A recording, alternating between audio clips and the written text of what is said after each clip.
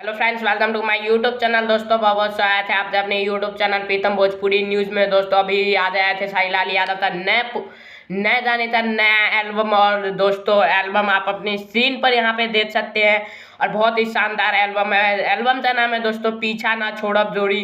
जी हाँ दोस्तों, काफ़ी अच्छा नाम है एल्बम का और पोस्टर भी काफ़ी अच्छा है। इसे गाए थे साईलाल यादव जी ने, अंतरा सिंह प्रियंका जी ने डुएट किया है इस गाने तो।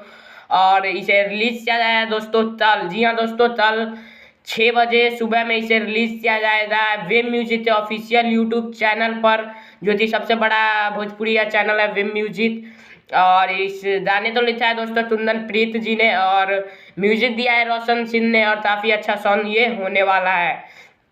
तो दोस्तों बता देती और परसों, जी हाँ दोस्तों, कल 24 है और परसों थे साईलाल यादव का इस गाने का वीडियो सॉन्ग आने वाला है। तो इसके लिए भी आप लोग तैयार रहे। फिलहाल कल के लिए ज़्यादा तैयार रहे क्योंकि रिकॉर्ड तो बनना है। तो परसों वीडियो आ रहा है इस गाने का और कल ऑडियो आ रहा है पीछा ना छोड़ब जोड़ी।